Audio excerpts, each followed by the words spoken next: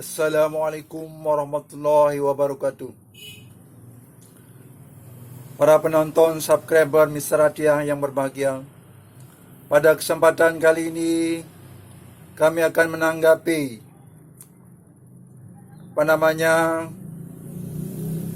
saudara kami yang non muslim yang kami berjumpa di Ome TV pada pagi hari tadi.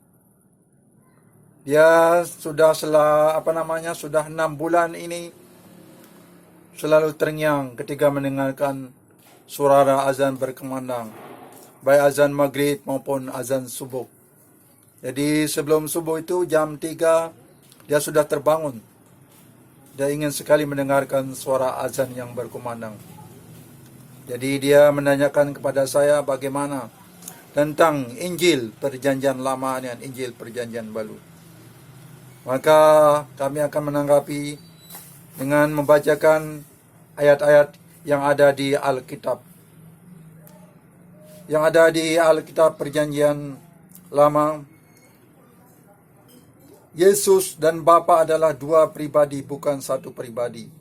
Lihat Yohanes 8:17-18. Yesus tidak pernah menyebut dirinya Allah, bahkan dia menyebut Bapa sebagai Allah dan satu-satunya Allah yang telah mengutus dia. Lihat Yohanes 17:3. Yesus adalah yang diurapi Allah berdasarkan Kis 10:38. Apakah yang diurapi itu sama dengan yang mengurapi? Dan Roh Kudus sebagai minyak, apakah sama dengan yang mengurapi dan yang diurapi? Yesus adalah rasul dan iman besar berdasarkan Ibrani 3:1. Yesus sebagai rasul yang diutus sebagai imam besar tidak bisa menjadi Allah. Yesus adalah rasul yang setia sebagaimana Musa, seorang manusia biasa yang dipilih Allah untuk menjadi rasul. Lihat Ibrani 3:2, Yohanes 5:38. Jadi itu kami petik berdasarkan Alkitab. Jadi Yesus itu bukan Tuhan. Yesus is messenger. Messenger is utusan Tuhan, but not God, ya. Yesus itu bukan Tuhan, tetapi dia adalah messenger atau pesuruh Tuhan. Oke, para pendengar dan pemirsa atau subscriber kami, mari kita simak video berikut ini yang kami rekam ketika kami bertemu di Ome TV. Saudara kami non muslim yang sudah 6 bulan ini terngiang ingin menjadi mu'alaf atau ingin menjadi orang Islam, namun tidak ada tempat bertanya, tidak ada tempat mengadu. Maka kami bertemu di Ome TV dan kami sarankan untuk menghubungi ustadz-ustadz atau orang-orang muslim yang terdekat dengan Anda. Mari kita simak video berikut ini. Selamat menyaksikan.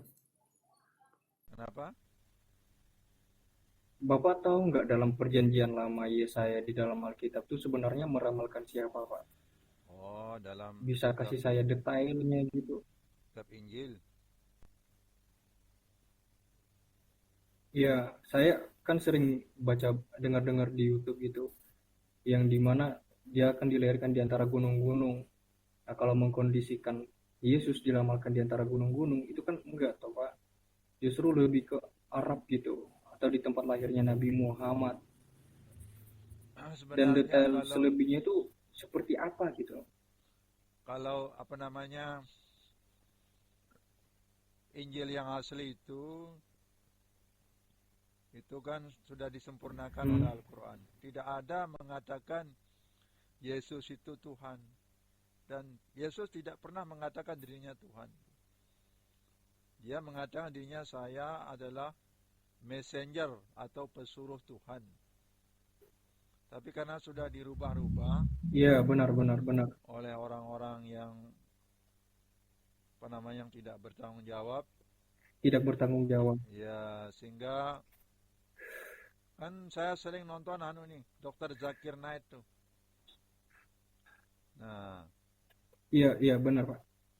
sebenarnya dalam ajaran Taurat, Itu, Zabur, Injil, mm-mm. itu semuanya mengesahkan Tuhan tuh. Tidak ada Tuhan Bapa, Tuhan Anak, atau Tri Dewa itu seperti di ajaran agama Hindu. Malah di ajaran agama Hindu di Hmm. kitab Weda itu kalau dipelajarin secara detail tuh dia mirip ajarannya dengan Al-Quran tuh. Tapi itu sudah diselewengkan oleh Menuju orang-orang. ke sana ya. Ya, malah saya Hmm. punya. Tapi sebelumnya saya mau nanya nih, Mas nih orang Muslim atau non Muslim nih? Bukan Pak, makanya saya tanya terus. Soalnya Oh, ini juga saya mencoba mencari gitu loh Pak, mencari kebenaran sebenarnya itu seperti apa gitu. oh bagus nih. Mudah-mudahan Dan kalau nanti, misal tuh Pak, saya tuh cuma berpikir-pikiran di dalam pikiran saya sendiri kan itu nggak bakal dapat jawabannya gitu Pak. ya. Kalau begitu nih, kalau sudah ada niat seperti itu, coba nanti cari teman-teman Muslim yang terdekat atau cari ustadz-ustadz tuh tempat bertanya supaya menemukan jawabannya. Kalau malu bertanya, silahkan tonton Dr. Zaki Naik atau tonton Zuma yang debat dengan Hmm. orang-orang non Muslim itu. Dia di YouTube itu. Iya, saya sering sih Pak, sering dengerin ini channelnya ini Ustadz Zakir Naik. Oh Cuma iya. masih ada sedikit yang ganjel sih Pak. Dikatakan kan ini kan Quran itu Alkitab yang turun langsung dari Allah gitu loh. Iya, iya, iya. Bukannya saya meragukan, hanya aja ada juga yang saya juga sempat dengar ada seorang nabi yang mengumpulkan hadis-hadis atau apa gitu dari seluruh negeri, dan itu pas dia apa namanya memverifikasi bahwa itu benar dari Allah atau bukan, dia pasti melakukan sholat. Nah, jadinya yang turun langsung itu sudah secara keseluruhan atau terpisah-pisah gitu dalam bentuk apa gitu loh Pak. Nah, inilah istimewanya Al-Quran itu tidak diturunkan secara langsung. Al-Quran itu diturunkan secara sesuai keadaan, kebutuhan Nabi pada zaman itu. Jadi kalau Hmm, zaman itu Nabi Muhammad sedang hmm, kesusahan, oh ini bagaimana ini, langsung turun ayat. Jadi tidak turun sekaligus tuh. hmm. Jadi sesuai kebutuhan pada waktu itu diturunkan ayat Al-Quran itu. Misalnya ada masalah, Nabi Muhammad mengalami masalah seperti ini, maka turunlah jawabannya dari Allah. Al-Quran itu melalui malaikat Jibril. Iya, Dan zalikal kitabul la raiba fin. Di dalam Al-Quran masih itu banyak. tidak ada keraguan. Dan Al-Quran ini sudah cocok dengan segala zaman, dengan segala model kehidupan, desain, maupun apa saja yang ada sekarang ini sudah disebutkan dalam Al-Quran. Wa in kuntum Iya, la iya benar ta'lamun Pak. fas'alu ahli zikrin. Jika kamu tidak mengetahui, maka tanyakanlah pada yang ahli. Nah, itu ada dalam Al-Quran. Jika kita tidak tahu, maka kita disuruh Iya, bertanya kepada orang yang tahu. Balik guani walau ayat, sampaikanlah walau satu ayat yang iya kita Pak tahu. benar.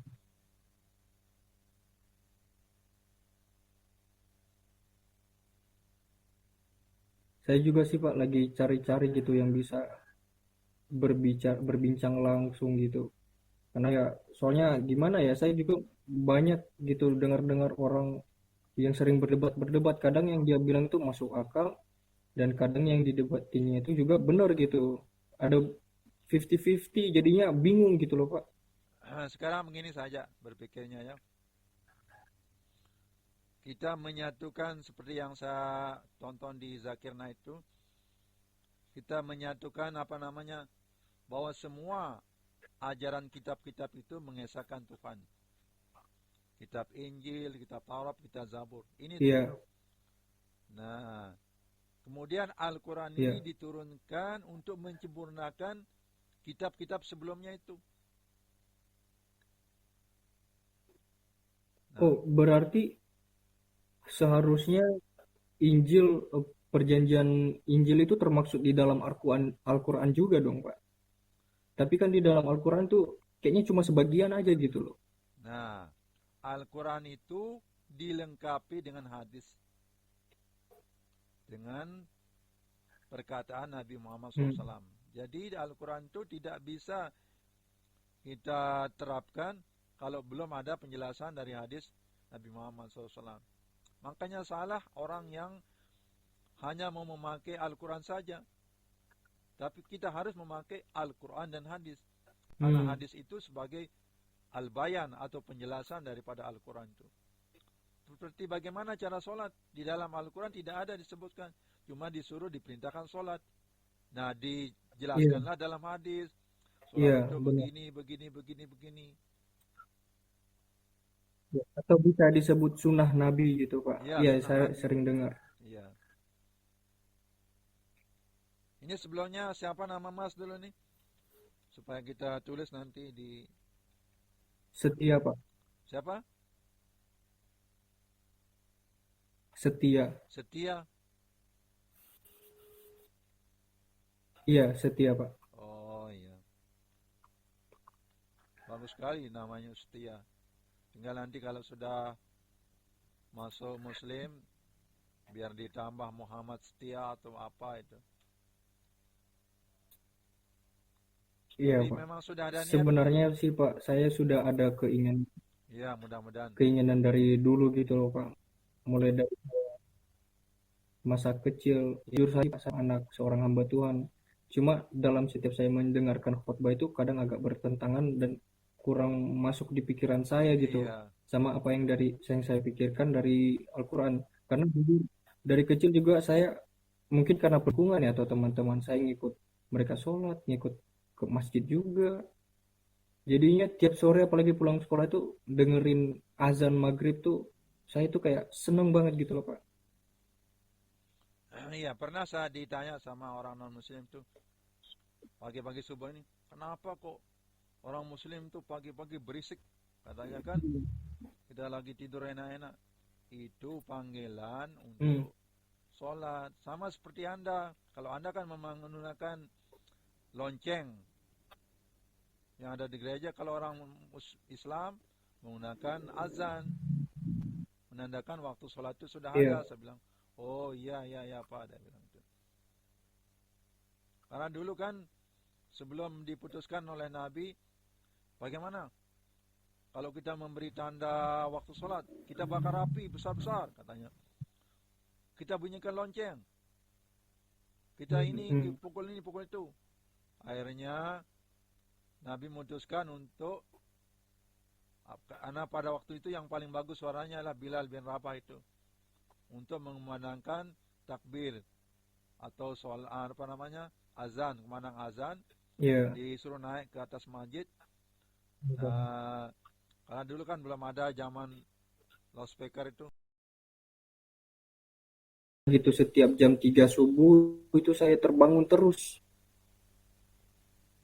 Apa benar ada kaitannya gitu loh Pak? Karena kan saya cari-cari di Google gitu pertanda arti gitu bangun jam 3 subuh itu apa dan hampir 6 bulan begitu terus Pak. Ini begini ya, Islam itu tidak bisa kita paksakan pada orang lain, kecuali dia sudah diberikan hidayah Iya, oleh Tuhan. Walaupun saya ceramahin Anda begini, Yesus ini begini-begini, iya, tak bisa. Kalau Tuhan tidak menggerakkan hati Anda untuk memeluk agama Islam, tak bisa. Berarti ini Tuhan atau iya Allah yang benar. Maha Kuasa itu sudah memberikan hidayah pada hati Anda. Kalau belum dikasih hidayah, pasti Anda benci mendengarkan azan itu. Apa ini berisik-berisik? Pasti Anda bilang begitu. Iya, Tapi kalau orang sudah diberikan hidayah sama Tuhan, maka dia akan terketuk batinnya.